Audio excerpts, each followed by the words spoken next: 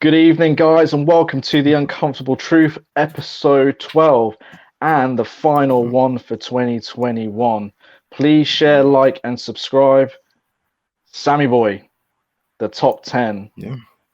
Cool. 2021 is ending. If not just that, but how was your Christmas, bro? It was all right, it was more of a Christmas than last year, so I'll give it that, but it still wasn't quite what it used to be. But it'll get there eventually. Nice. So, yep, as 2021 is coming to an end, and today we're going to be talking about our top 10 moments of 2021. So I hope you're ready. I hope you're prepared. Yeah. I hope you got that list together because we're going to be talking about it. There might be some disagreements along the way. There might be some interesting ones. Yeah. So let's make a start. Number 10. What is your 10th best moment? My number 10 is Lewandoski breaking the Bundesliga goal scoring record, because I think people don't actually put enough weight onto how long that record stood. And like the fact that he's come along, and granted, this is after just like last year was absolutely insane year as well. And he basically said, I'm gonna one up myself, because he wasn't competing with anyone else. He was literally competing with himself. And he's like, you know what? I can do better. And he absolutely came in. That game, if anyone watched it, it almost seems like that goal would never come. The amount of just like blocks, misses, saves, you're just thinking he might not actually do it. Then when he actually gets that final goal and the celebrations, it was what a moment. What a moment. You know what? I'm going to let you into a little secret. I literally have number 10, Dolski breaking Gerd Muller's record. Like, I guess we agree there. Yeah, look, as you just said, like, I don't think people really realize how big this actually is. Like, Gerd Muller, for those who don't necessarily know much about him, he was unbelievable for Bayern Munich and Germany. Like, this guy would just score goals for fun. And you know, as I said, this is a record that stood for a long time. And it's not like, the Bundesliga have had poor strikers there.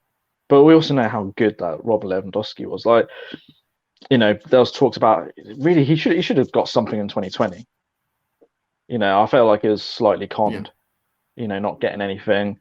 But what a moment. And it's just testament to the player himself. Like, he is a fine wine. He gets better and better each year, and it's not like he's slowed. It wasn't like he peaked that year and took a year off. No, he's still going. Unreal. Yeah, he's still going strong. So Sammy Boy, so that's number 10. Let's move on to number 9 now.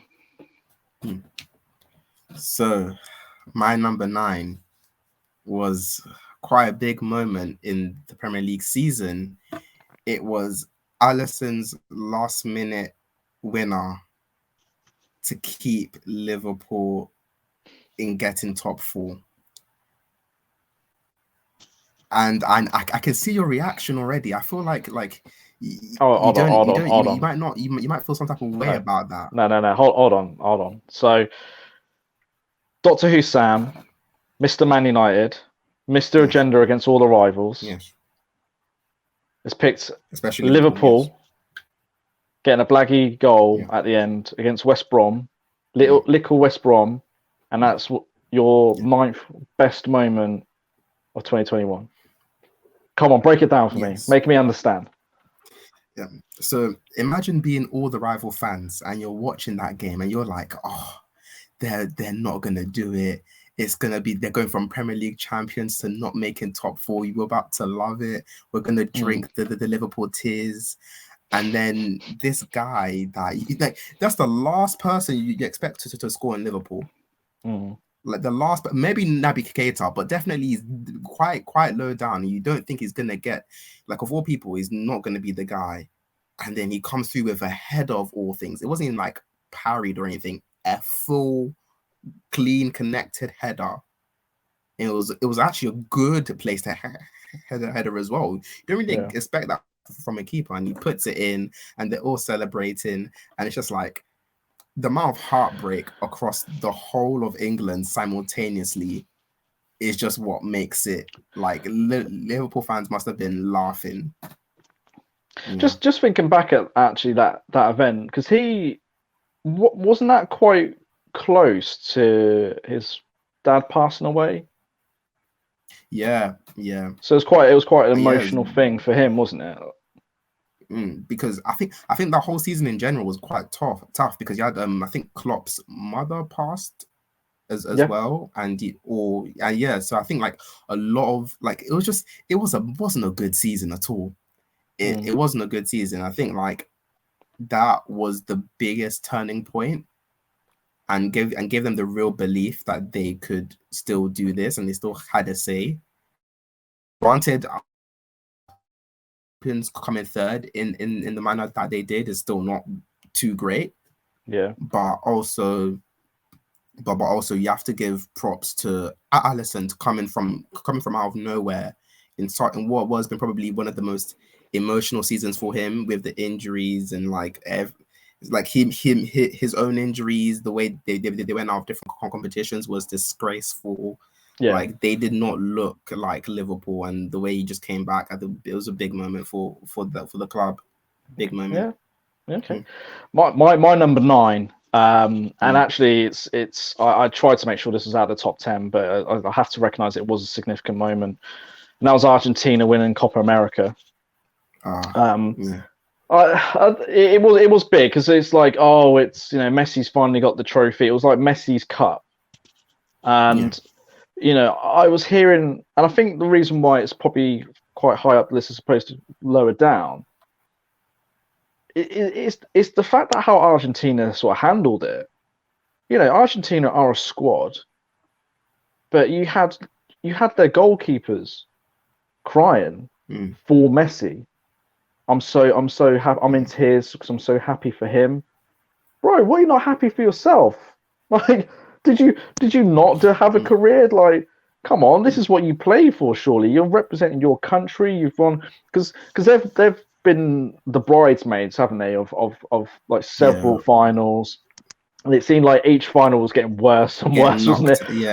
Getting knocked losing out on Chile. penalties. Yeah, it's like so I get it. I get the emotion behind it, but the fact that it nullified every Argentine player except Messi, that's why it's probably higher up that list. Because I just thought, well, and then I kind of knew that at that point Messi was going to get a Ballon d'Or.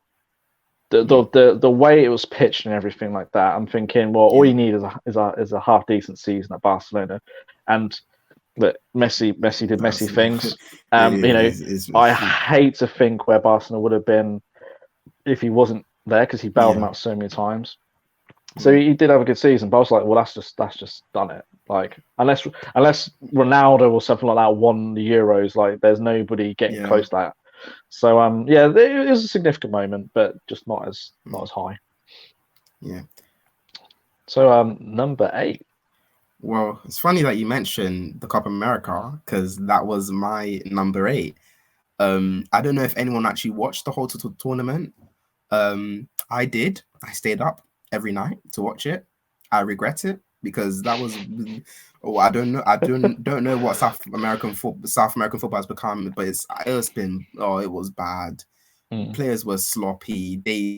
You had a lot. Clearly, I don't know what happened over there, but it's gone down bad. There's no samba. There's no music. There was nothing. The music stops. Yeah, that moment is a big moment, and I think the biggest part about, I think first of all, the Ronaldo fanboys were definitely crying because they put their whole thing of, wait, he hasn't done it with Argentina to rest. Which, you know what, I'm a Ronaldo fanboy. I wasn't too happy about that. I think just the whole tournament, Messi, the whole tournament in general was a man on a mission. I feel like he needed it so badly. And like especially with what's going on in Barcelona, and how that basically that he was basically on a sinking ship, and the fact that it's so many years he feels like he's been cheated out of it in different ways, and then he, like, granted in that final he did have a shocker. That was not a good game from him, but I think that's okay when you're the top goal scorer, top assister, most chances created. Like, he basically topped everything. Yeah. And like, I think it's okay to have a subpar final when the rest of the whole journey you've basically been bailing out your country. And I guess also from Argentina's point of view, what made it sweeter was it was in Brazil's backyard. Yeah. You know, so I also did enjoy Neymar crying, because Neymar wasn't even that upset. That was it was a bit annoying. He wasn't really upset because it's Messi. I think everyone was just happy to see Messi win. I think, like, no, I kind of feel like Brazil may have through the game, but I'm not through the game in our own backyard. We're not gonna say that. Neymar doesn't care because he's polishing his gold medal. Is that what you're saying? Nah, I'm saying Neymar doesn't care because he is basically the biggest Messi fanboy. The guy has been basically begged him to come to PSG. Like, that's his best friend. I don't think he was like too upset. I don't think he really cared that much. My number 8, and I've labelled this P45 to CL Glory, and that's Thomas Tuchel. I just find it hilarious that a guy who is a finalist the year before with PSG, only lost to what is an insane Bayern Munich team, just lost. He's then sacked because certain big players aren't perhaps fancying him. So he's jobless. Gets the Chelsea gig after Lampard sacked, and then wins them the Champions League. The one thing that PSG has been wanting since the Qataris have come in, and this guy who they sacked just does it with Chelsea, with arguably a lesser team. Yeah. So I just thought it was great. Like, don't forget, like, there were some mad performances in that Chelsea run up, and then obviously to beat Man City at the end and literally get in Pep's head, because that was the thing. Tuchel got into Pep's head big times. They played each other in the Prem, and there was a few games. FA Cup. The FA, got on their head, just got in his head, and it showed in that final. Like, Pep did strange things once again with that lineup, and Tuchel held strong in a way that we've seen of late in the Premier season, and they got their moment. Another mention about sort of Kai Havertz being an absolute bum in terms of this guy was the next Johan Cruyff, more like Jordi Cruyff, to be honest. But he got his Fernando Torres 2.0 moment. So he's had a good season now apparently. But yeah, Thomas Tuchel and the Champions League, that was a rise to smile for myself. Number 7, Cole, we're rattling through these. This is quite good. Number 7.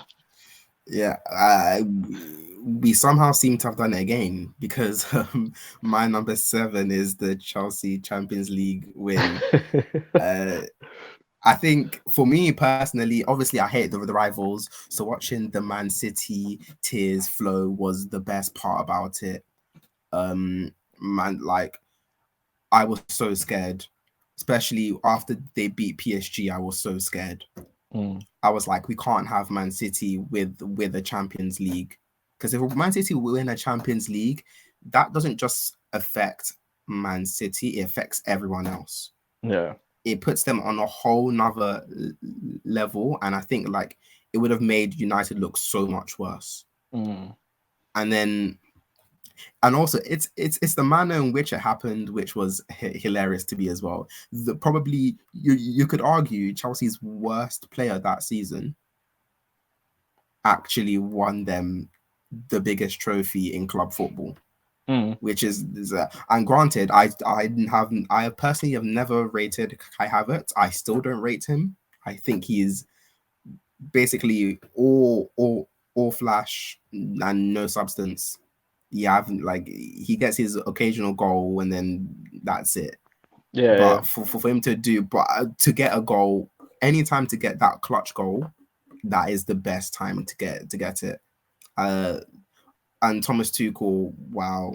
I think you have to give him credit because controversial point, but I do not think that Chelsea squad was remotely good enough to win a Champions League. I don't like a lot of those players are definitely not of like a top or world class standard, and especially going into that season, no one was thinking of them to win anything really, and especially after that Leicester loss as well, no one was expecting that, and Tuchel turned it all around. He's made certain players apparently get top 3 in Ballon d'Or, when in January people wanted that player to be sold somehow. And the way he's re-energized some players, like he saved careers like Rudiger, Christensen. Like I think like it was just a whole story, a very good moment for them, amazing moment. So we've heard number 7. I think it's probably worth hearing 6 and 5 because we seem to keep following each other. So let's hear a few of your own first. Yeah. So my number 6 has to be Messi's transfer to PSG. Probably the second biggest transfer of the summer. I think if it was to Man City, people would have. I think it would have gone through the roof because you've got first of all Messi going to Man City, and then you have Pep and Messi reuniting. That would have sent everyone just absolutely insane. Like the thought of Pep and Messi being together again would be too much for the Premier League to handle. I don't think anyone would have been ready for that. I think the league would have been wrapped up too easily. They're getting 100 and I think it's 118. Is it the maximum amount of points? But like they'll get perfect season. Like it would be done. And I think because he went to PSG, Pochettino is not really. Yeah, he's a decent manager. It's not Pep. PSG in general is not really like that big of a rated club. And then obviously, he's back with Neymar, but people have kind of soured on Neymar recently. But there was the thought of Eminem, and people were getting excited, but I don't feel like the hype enough was quite there to put it any higher on the list. So I think for me, it has to settle on number 6. So 114 points in the Premier League with perfect season. 114. Yeah. Okay. Yeah. And then number 5. Number 5, unfortunately, is quite a sad one. It was the Christian Eriksen heart attack. I think it was important for many reasons. First of all, like something like that happening was very big. It was actually a very tragic thing because if anyone has heard about Eriksen as a player and as a person, everyone quite like loves him. He's quite a nice person, and he's quite adored by fans and players alike. Maybe not by Spurs fans for the end of his run, but he's generally quite a liked player. And then for him to go down like that, people were very worried for him. I think it also put a highlight on the fact that people weren't admitting it, but the players were overworked during that. I think people were actually, I think something like that maybe needed to happen to people for people to understand that these people aren't just like puppets for our enjoyment. They are still human beings. And I think like the treatment they had gotten for like the past 2 years of basically not having a rest and being away from families, I think like it showed that it could take a toll. And then we've seen other players from that also have some incidents, especially Aguero, and having to retire. And I think people aren't actually acknowledging like there is a limit to what these players can do. And I think this, and especially having having defibrillators on site, like especially with like fans as well, having a lot of heart issues and conditions, and then I think it's just actually put a big sign on something that was actually probably already happening, but it pushed for more measures to actually keep things in place and keep our footballers safe. Yeah, no, it's some good points there. For mine leading up to 5, so I got 7 for 7. So this is Messi's 7th Ballon d'Or. Mm. For it is impressive. We can't. I think there's too much is made of this Ronaldo Messi rivalry. Like, even on that night, you had the whole Ballon d'Or guy calling out Ronaldo and all that nonsense. Like, I think people just need to let it go now. But Lionel Messi had a significant season and got his 7th trophy, and that's it's a big thing. Certainly a big moment. Number 6, I put Good Evening Man United. And this is the Europa League final, because I think it's 2 ways you can look at this, but I think it's quite big. You have the failure on Man United's part. The fact that they couldn't. Ollie had some very bizarre tactics that day. Didn't put anyone on for God knows how long. And you also had the revenge of Emery, like the fact that again another guy, like this was a year of the former PSG bosses in terms of getting European trophies, but this guy was almost kind of laughed out of the Premier League. Like I actually don't. I've never agreed with this when it came to Emery, but people kind of thought it was a bit of a joke and this, that, and the other. And I'm thinking, no, he's actually a good manager. Like, you don't win all the titles that you did at Sevilla being a poor manager. Yeah, and he showed he's Mr. Europa. Yeah, another Europa League final and yet another trophy, and it just kind of legitimized him again, which is good. But it really killed Man United. I think a lot of people were quite happy to be on a journey with this Ollie project. That game, I think, killed a lot of trust in him, because you saw in his first full season the semi-finals, and then it was like, oh, okay, we're getting to finals now, so what's going to happen? And it's not like he learned any of his lessons, and if anything, he was like he looked like a rabbit. He looked like a rabbit caught in the headlights. And to leave it to basically David De Gea needing to kick a ball. Do you know what I mean? Obviously he doesn't, but look, it's a goalkeeper trying to take a bleeding penalty, for crying out loud. Yeah. He's Spanish, so I want to know what the other keepers are doing that he's not. But yeah, I thought it was big, and it really disrupted a fan base for a number of weeks. Like, we couldn't wait for a transfer to come. Yeah. So fans were not happy. No, not happy at all. I think I even went on. Yeah, number 5 is actually the same as yours, which is I've kind of grouped into a number of things. So yeah, obviously the Christian Eriksen collapse, but it was also his teammates. Yeah. And then what came from that, the CPR, the defib conversations, and it has to be. It was a harrowing moment. Like, I'm prepared to say it. I was watching it live and I was legit in tears. I was had everything crossed, praying, because my mind took me back to Fabrice Muller. I watched that game live, Spurs Bolton, and saw him collapse, and it was the same thing. Like, it was literally like watching the same thing all over again, and like. You wouldn't want anyone to see it, or go through that. Don't get me wrong, but when you're watching it live, and it's like, what the hell? But the way that his teammates conducted themselves, surround him, to obviously give him that dignity. They didn't know what was going on in the grand scheme of things. Yeah. Real dignity. The Denmark captain. Son Kajera, and he was brilliant. You know, him and Kasper Schmeichel. Under the circumstances, they really sort of held it together. Where I'm sure they probably felt like they couldn't. Yeah. And no, real sort of respect to him. It was brilliant and fantastic that Eriksen survived.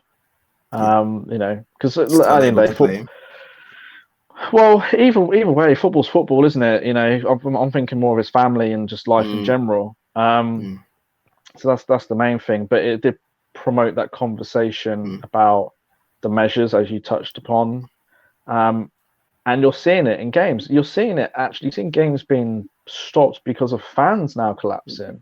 Yeah. And that's not something that happened before. And that's really, really good to see, because there's always that conversation, and we always hear it's like, oh, you know, it's lucky that they had the heart attack whilst at the football ground because all the medical devices, I think. Was that the case for fans? Possibly not. But the fact you're actually seeing referees stopping games and, you know, and actually being quite forthright to managers who'll complain because they've lost their advantage or something like that. Good on them. That's ridiculous. Yeah, good on them. And it's good to see that football isn't just on the pitch; it's also the fans as well. It makes it more of a sort of one family thing. So, for me, I think that's brilliant. So, what should I continue 4-2 then, and then we'll find and then you do your 4-2. So number 4, this is the thing that broke the internet. He literally broke the internet, and this was Ronaldo's homecoming. From 24 hours before going to Man City and all that PR drama, he was coming back home. Fergie called him up, said, "You don't want to do this." It was a great story. Yeah, we operate in Manchester United based servers and everything like that, and it was wild. It was popping. Like, you know, I remember the news was broken live, and I was talking to these two guys, and they were like kids again. It was hilarious, and you see Man United announce it, and they get like record amount of likes, and you know the Glazers celebrating because of course they get a nice little bump, you know, just a casual $300 million.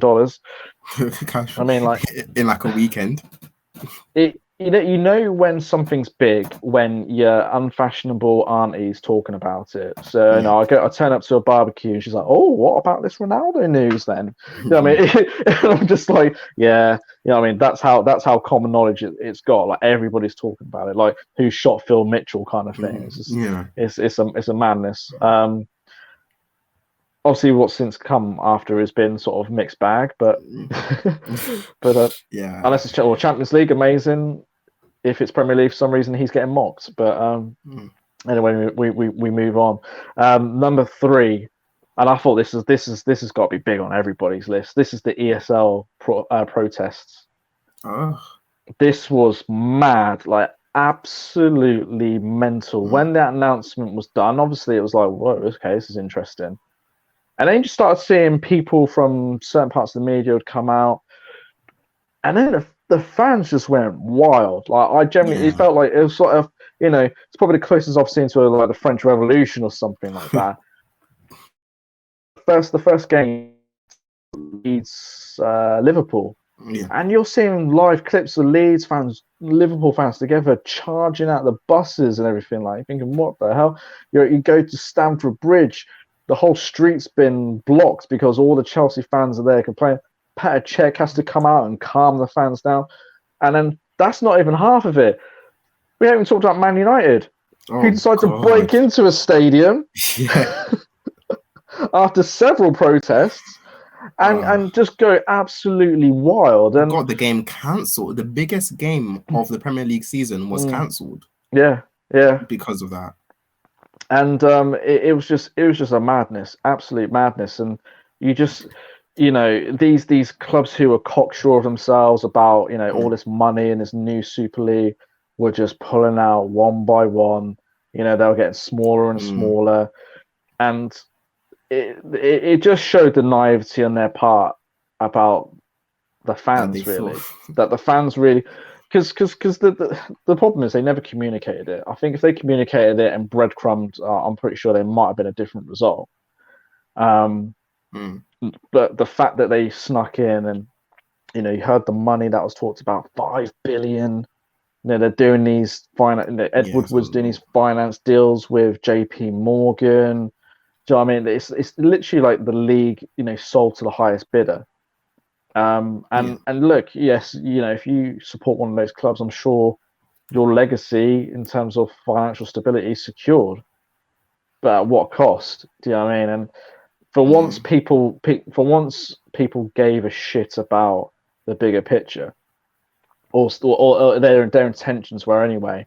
So people who perhaps complained about watching Burnley Crystal Palace, all of a sudden it was quite significant, and those games mattered, and those teams mattered, and everything like that. The FA Cup now matters all of a sudden. The Carabao Cup now matters. All small teams being big teams. Yeah, the Championship, you know, if you get promoted, all of a sudden it means more, and you know, it wouldn't mean as much if these teams went to the ESL. So there's some big conversations that were had. I'm not necessarily convinced that all the lessons have been learnt from ESL, because it just felt like, well, it felt like whoever won from that, someone was missing some food. Do you know what I mean? And you know, in this case, you had the Champions League, you had the Premier League, you had certain TV broadcasters, and they won.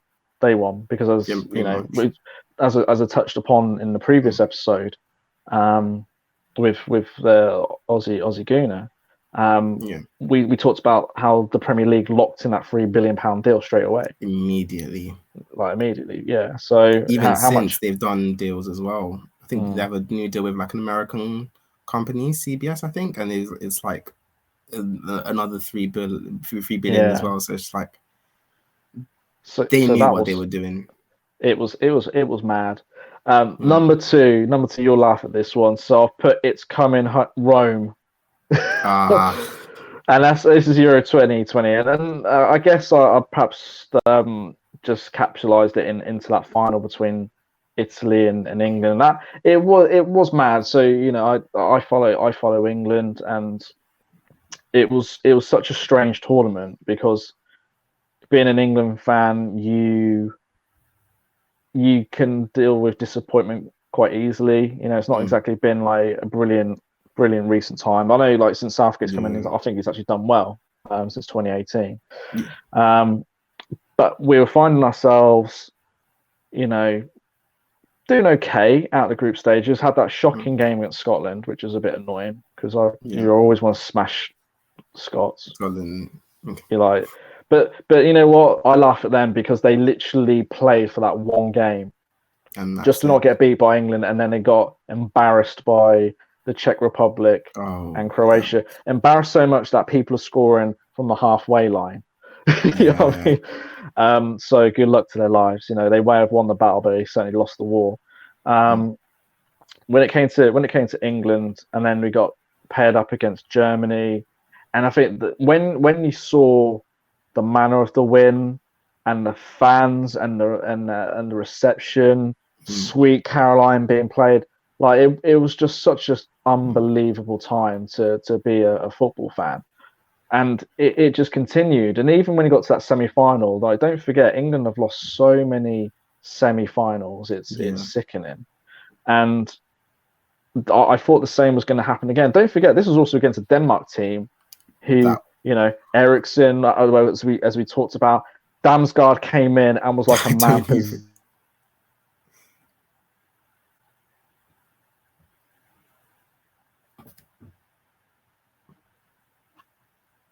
possessed, like, goddamn. And it felt like it was going to be that typical, and that got to the final. Who was the best in the tournament? Was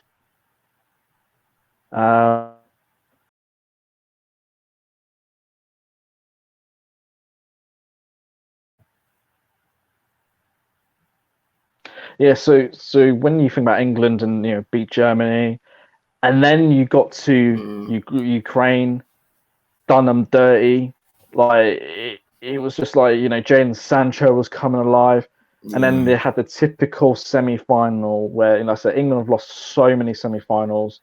You know, you had the Croatia one where arguably we probably should have won that game. We just didn't.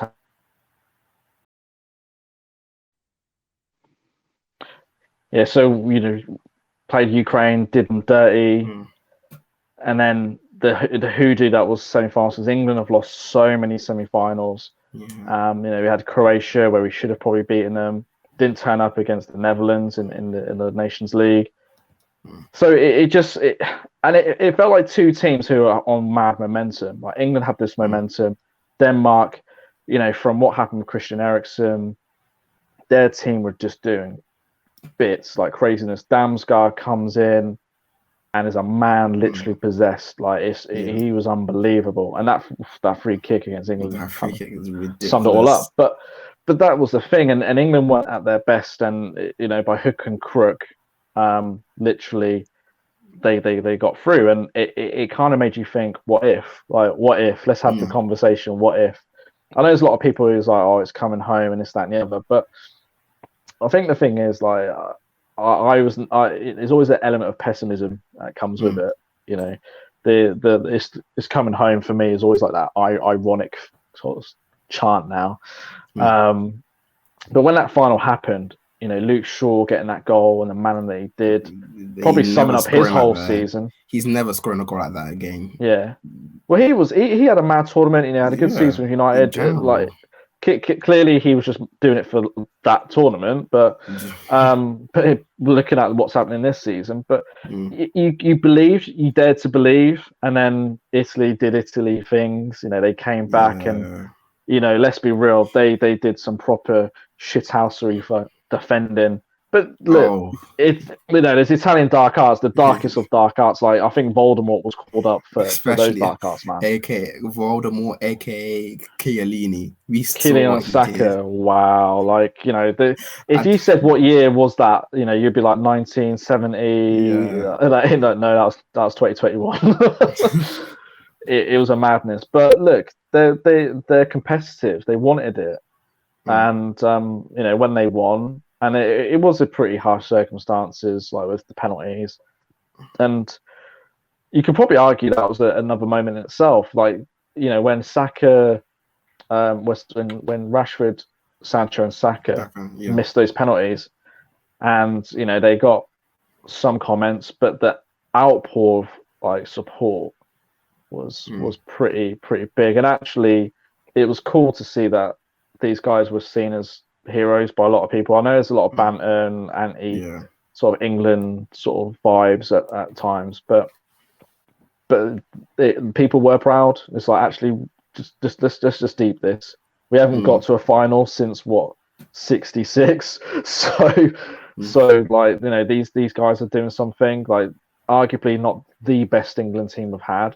Yet they're doing more. Like, they feel like you could see that these guys are actually proud to play for their country. But no, that tournament was crazy. But then Bonucci's screaming down that camera, "It's coming Rome! It's coming Rome!" I think that was a pretty significant moment. And Italy, and don't forget, Mancini. He was desperate to do something significant for Italy. Like, he's had an incredible playing career.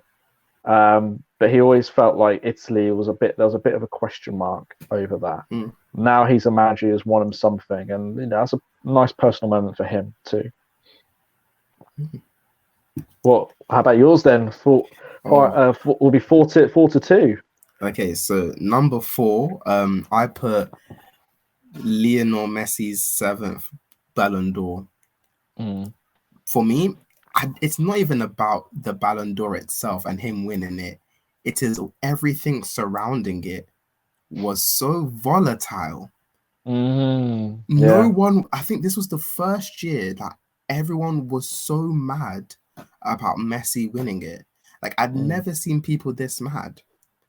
As in, first of all, you have the Ronaldo fanboys who don't want Messi to win anything in life. Chelsea they want him to just basically. You got the Chelsea fanboys that were going for both Kante and Jorginho. Like, they were like, why did he not win? Like, that great. They won 3 trophies in 1 year. All this talk. I was like, yeah. But and then, to add to that, the slander for Ballon d'Or when Rudiger wasn't even on the list. Yeah. The slander when Mendy wasn't on the list. That was shocking. Like, And then the biggest one was Lewandowski. I think it was, you have to feel for him, because what more could he have done? Like 2020 was his year, and I don't know why, but they just cancelled the Ballon d'Or. I feel like, and like he kind of said it himself, there is some underlined, like they're like, he's not the type of player they want winning a Ballon d'Or. Which you have to, over the years, there's been a lot of scrutiny over the Ballon d'Or. Granted, it's literally just a magazine. At the end of the day, it's not. I think people put a bit too much weight on the Ballon d'Or and what it means for world football. Like, people put a lot of weight on the Grammys. Just because you win a Grammy, that's not the be or end all of the rest of music. Because so that person will be winning the Ballon d'Or is just some people's opinion. It's not actually. Yeah, you are right, because I think people forget this. Like, Ballon d'Or in its essence is a French publication. Yeah, and it's no different to the football writers in terms of you. Yes, there are some coaches and some past winners who, you know, but I think where Ballon d'Or started to become really significant is when it was tied up with FIFA World Player of the Year, because there was two separate awards, weren't they? And then they joined, and I think it then had more grounds because it literally was the only award. Yeah. Whereas now it's changed, isn't it? It's separated again, so he's now got FIFA Best, and you've just got Ballon d'Or. But Ballon d'Or for me is, well, what's the best story? Well, Messi winning, finally getting his Copa America is a story in itself, isn't it?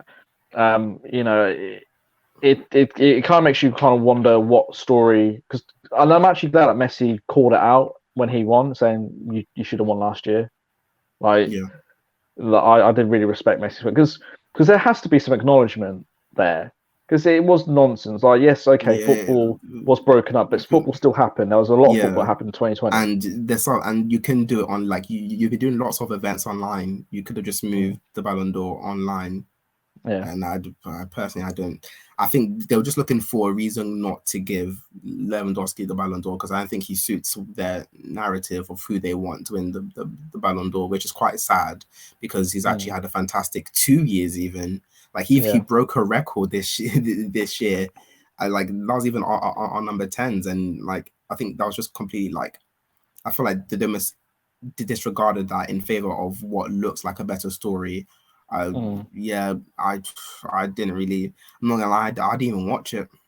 I didn't watch it. I've had enough of that whole event, because I shouldn't believe they actually choose things fairly and they actually value players that have actually performed well. Granted, everyone else there does, but I feel like they value a story over the way the player has played the whole season. Absolutely. And then my number 3 is a very recent one, actually. Is the Aguero retirement. I think it came as a shock to many people. Massive shock. This is probably one of the greatest imports the Premier League has ever seen. His career in general, there's been a lot of injuries. Like, he's always that player that would win the maybe even the Ballon d'Or, but like mainly the Golden Boot for Europe, if it wasn't for injuries, because he's an absolute goal machine. Has had a great career. Man City will go down as one of their greatest ever players. When the greatest players the Premier League has ever seen as well. And I think the manner in which he retired was very sad as well. It kind of, from like the start of when COVID, because I think COVID apparently affected him mentally quite badly, and he had a lot of anxiety over it. I think from that point onwards, his career just started to go down and down. Like, he stopped playing as many games. He had fitness issues, and then when he tried to do a Panenka against Edouard Mendy, that was literally going to the whimper. That was the end of his career. It went from, and then they brought him on Champions League final, because the story would have been amazing if like he came on Champions League final and scored the winning goal, or he got them back into it. It would have been great, but he came on and he looked a shadow of himself. He pledged, didn't he, that he'd never leave City until they won Champions League. And then he went to Barcelona to be with his friend Messi, his countryman. He's like, yeah, like this is like the guy. This is like the godfather of my child. He thought this was going to be a match made in heaven. 2 weeks later, Messi's gone, and he's like, well, I've wasted my time then. And then also you have the fact that he had like injury issues, fitness issues, and then like the heart problems. We saw him on the pitch. I was truly scared we were going to have another Eriksen moment again, but obviously the measures in place stopped that from happening. He was taken off safely, and his career ended in probably quite one of the saddest ways it could have ended, because it wasn't of his own accord. It was just forced. But you know, to quote Pep, you know, we cannot replace him. We cannot. You know, he's definitely had a significant impact. Certainly in terms of the Premier League for sure. So I think I'm sure I'll be shocked if Man City didn't have something in place for him. Oh, he's definitely getting a statue. Especially he won them their first ever Premier League. Like Aguero is a moment that will never be erased from Premier League history. So like he's gonna have to, like he has to get his statue or something, because he's pretty much the guy that you could say made Man City relevant, in the sense of that goal was it. So next one, so that was Aguero. And then my number 2 was the Italy Euro 2020 win / England heartbreak. Now, I'll first start by saying I'm personally not an England fan, but I do actually like a lot of players in the England team. If a name is not Harry, I like you. I'm just gonna throw that out there. If your name is Harry, I don't care what you do, you will always be a bum. We saw in the what are the top scorers? What are the top scorers? We're not. I'm not counting that. I'm not counting that. We're starting in the group stages where the so-called one of the top scorers did nothing. He was virtually non-existent, but you had some.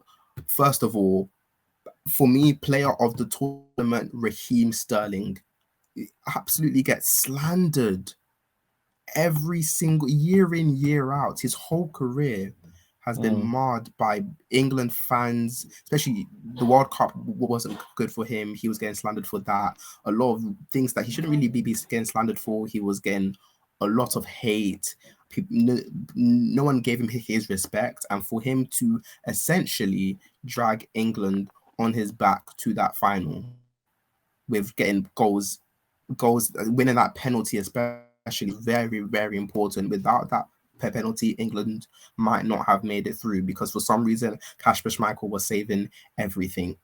Like the guy could not even save the penalty, didn't he? He saved the penalty the first time as well. Like he, for some reason, he could not be stopped.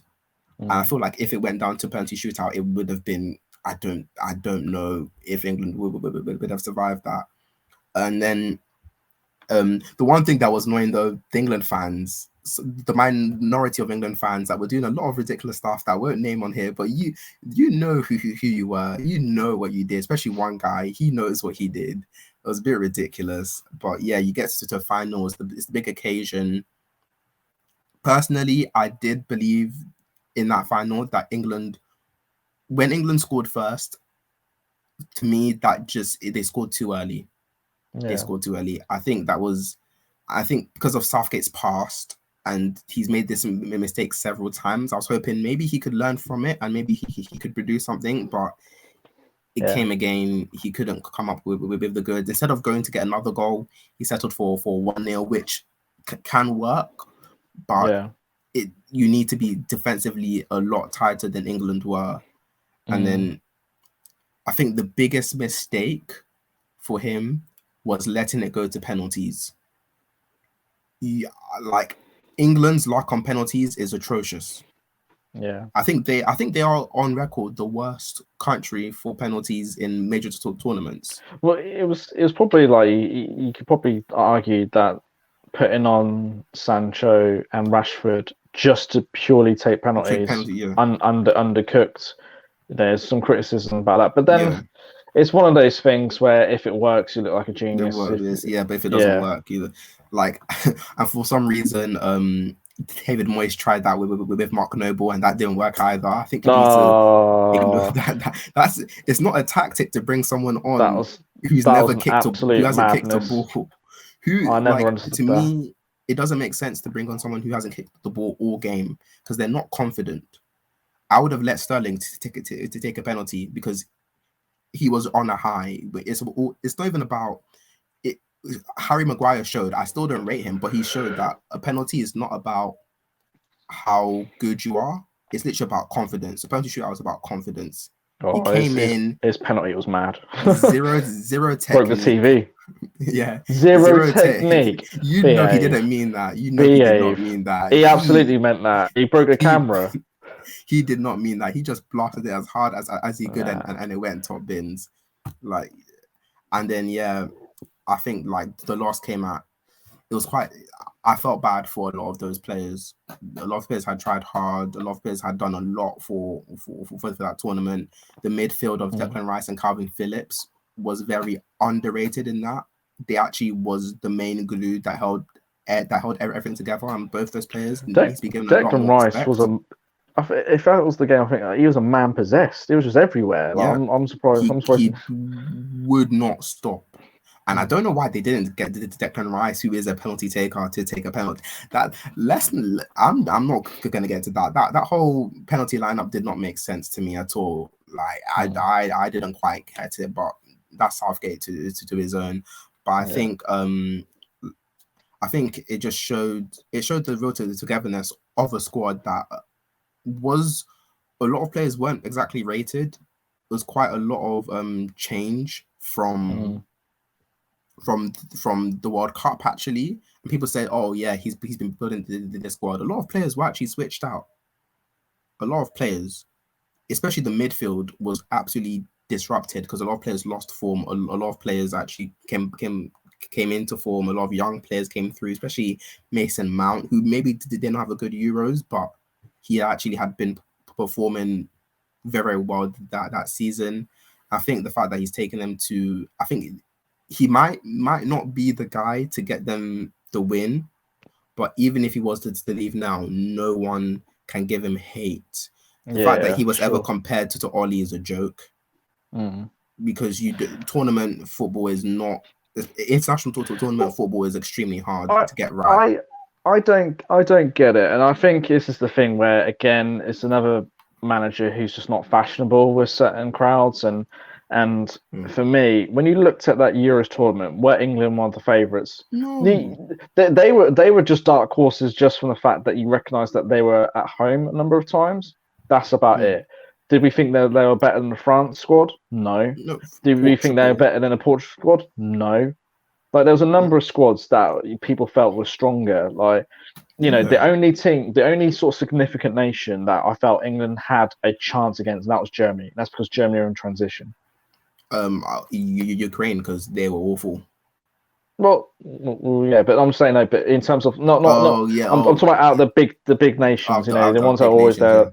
Yeah, like it's only really Germany. Like, I didn't really fancy them against Spain, and just because it's just that where England always falls short is just that street smart approach to games, and ultimately that's where they come short. Even like Belgium didn't particularly get far, but you just felt if it came to those two playing each other, Belgium always comes out on top because they always have that key player for that key moment. And that's the thing. But so I do feel that Southgate's done an actually very good job, because what he's done is made England relevant, which is I think to do. Well, I think people need to recognise what happened between essentially 2006 to 2016. Oh God, 2016. You know what I mean? Like as well. The whole period was shocking. Yeah. Like, don't forget, we've gone from our golden generation, right? Our golden generation who only like got to a quarter final. with your Beckhams, your Lampards, your Gerrards, Rooney's, etc. We can keep going, but and then afterwards it just went downhill. Like I think Euro 2012 was like some mad moment where we got to a quarter final, but that's about it. Yeah. Like that's about it. Euro 2012 was the one against Iceland? No, Iceland was 2016. Oh, Iceland was 2016. 2012 was when England. Andy Carroll was a thing. Oh yeah, Andy Carroll was still active. Oh yeah, that's what I'm saying. And I think people are very quick to forget how bad it was, and actually Southgate is. And I think this whole we've got the world's best team now. No, that's just you overrating them. Like they've got potential to be very, very good, but ultimately they haven't. There's no divine right to be there at this point. Yeah. They've got to earn it. And they're earning at this point. They haven't quite earned it. But anyway. Yeah. Though the one thing though for World Cup, bring back Jamie Vardy. No. Beg him to come back. Bring him back. No. Continental football didn't play that way. He wouldn't thrive. Or Danny Ings. A better case, but no. just no. So Sam, we've finally got there. Yeah. We're so close to the end of the year. We've got one left. We've got our number one picks. Who wants to go first? I feel like it should be you go first. Yeah, I'll go first, and I feel like we need some drum roll or something like that in the background. maybe. For me, my number one pick, it broke the internet. No, we're still feeling the effects of it till this day. You cannot go outside without experiencing this, and that is the man, the myth, the legend, the GOAT, Ronaldo, coming back to Manchester United. Honestly, it's literally they made 300 million. When's Ronaldo been painted with or taking pictures with a goat? Don't worry about that. He literally that was literally a single transfer has created so much mess. First of all, you can't go outside without hearing someone shouting "Soo" in public. I haven't been, literally, it's been how many months now? Every time I've been outside, every time I've looked online, that's all you can see. United are definitely, the United PR are loving this. They're loving this. Then they're eating it up. It has not stopped. They made like over 10 times the money they used to buy him in the first weekend. That doesn't happen. Like this might actually be the biggest transfer in football history in terms of how much attention it had. Yeah, I can't disagree with that. Yeah, it's literally broken. It's broken records, shirt sale records. Since then, obviously, it hasn't turned out as well as we had hoped. But it was absolutely, when it first came, literally, you see, if there is a clip and you can find it online, and it's literally them announcing his return, and in the background you'll see grown men doing his celebration in the background. And then the Newcastle game, the most illegally streamed game or event. I think it's the most illegally streamed event ever. Yeah. So many people, you had non-football fans wanting to see this. Everybody knew, it was on everybody's lips. No one could, people still can't stop talking about it.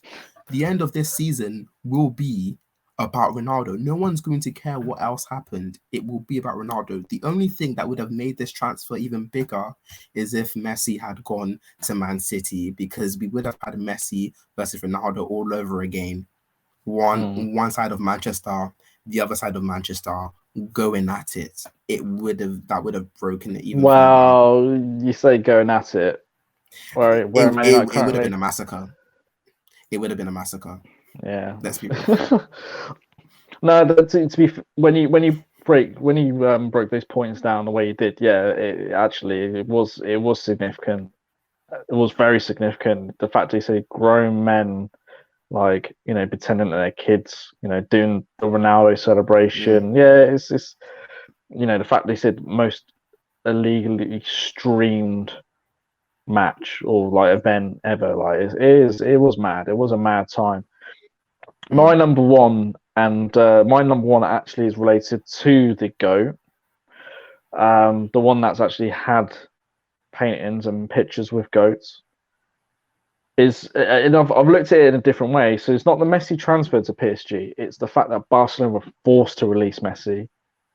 That was my number one. That was my number one because, you saw the year Messi won, and the way it was kind of going, the rumblings, you thought, oh, okay, Messi might be going. But then all of a sudden, he was staying. He was staying. He was ready for them. He was going to rebuild. Yeah. And everybody was happy, signing the papers. Next, Liga like, rah, that ain't happening. And then you're seeing press conferences. Yeah, but Messi you have to release him. You're getting the actual Barcelona president, like, nearly freaking crying. Do you know what I mean? Like, well, what happened, everybody? And, they're in denial. They're in denial about why they're actually having to force sell Messi because of their finances, but they're blaming La Liga. Then Messi's doing his little press conference, and it's just like, he's all in tears and everything like that. But it's just a sheer shock because you just thought, shit, this guy's Barcelona. He is Barcelona. And then you're just thinking, well, where's he going to go? And like every club at this point is ringing up, and there's obviously there was only one place that he was going to go. But it was just so big, and it was kind of a case of like, compare it to Ronaldo, who's already, he came from Sporting Lisbon. He went to Manchester United, won something at Manchester United, went to Real Madrid, won plenty at Real Madrid, then went to Juventus, won stuff at Juventus. You've seen him do things in different leagues. Nobody can say that they've seen Messi do anything in a different league. So it really was an eye opener. At that point, where you're thinking, shit, like, where's he gonna be? What's he gonna do? What are Barcelona gonna do? That was the big one. And you're thinking, like, how bad is this going to get? Because they were starting to get rid of all their star players, and they had to get Anton Griezmann's gone back. He's gone back on loan. Do you know what I mean? So it just really showed the problems at Barcelona. This is one of, I think people need to really understand the impacts it has on one of the biggest teams in the world, what they considered certainly the top two in football, in time, revenue, fan base, achievements. They're in that top two of Real Madrid. And it's kind of a case of like, you thought, damn, this is significant. Could this be the start of the end of Barcelona? Like, they don't have Messi anymore. Who's going to bail them out? And well, let's just see. Look at what has happened this season. They've fallen into Europa League in disgrace. The Liga, they're in disgrace. Koeman, I have no idea what this guy was doing. Xavi has picked up some results, but then again, it's not been anything significant. And it's weird. It's potentially going to take a few years, but if Barcelona don't try and change something quick, it could be literally the end of them, because they might have to sell all their best players just to try and finance something. And I know we talked about with their academy players coming through, but they need to be guided in the right way at the same time. Yeah, you can't rely on all academy players. It just doesn't work like that. No. Yeah, I think the thing is, Barcelona did it to themselves. Like, I don't think anyone has that much sympathy for them, because when you've based your whole club on, because Messi was controlling everything. I said that in the last episode a bit, but Messi controlled transfers. He controlled managers. He controlled who played, who doesn't play. When you put all that on one person, you have to be prepared for when that person leaves. Yeah. They weren't prepared. And I don't understand how they weren't prepared, because did they think they could get the finances? Like, what did they expect to happen from some random cash injection for them to be bought? Like, they had to honestly think that him leaving was a possibility.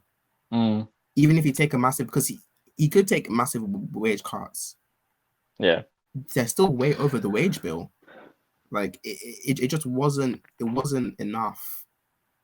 It wasn't enough thought about what was going to happen. And yeah, that is literally Mr. Barcelona going away from Barcelona, which sparked everyone to call him up. I think United actually did try and call, but obviously, you know that we're not. He was never going to United. I don't think he's ever going to go to the Premier League in general. But yeah, I think, you know, that sort of summarizes our top 10, and what an ironic way to end it by having a discussion about both Ronaldo and Messi as number one. The fight continues in the comments. But guys, that's Sam and that's my own top 10. But what's your top 10? Let's hear it. You know, if you don't have enough time, do a top 3, do a top 5. But what was your top moments of 2021 in terms of the footballing moments? Get it in the comments, get it on the socials. Do not forget to share, like, and subscribe to our channel. Let's not forget about going on Twitter, engage with us, get on the Instagram, and like, just literally put everything that you want in terms of the top 10.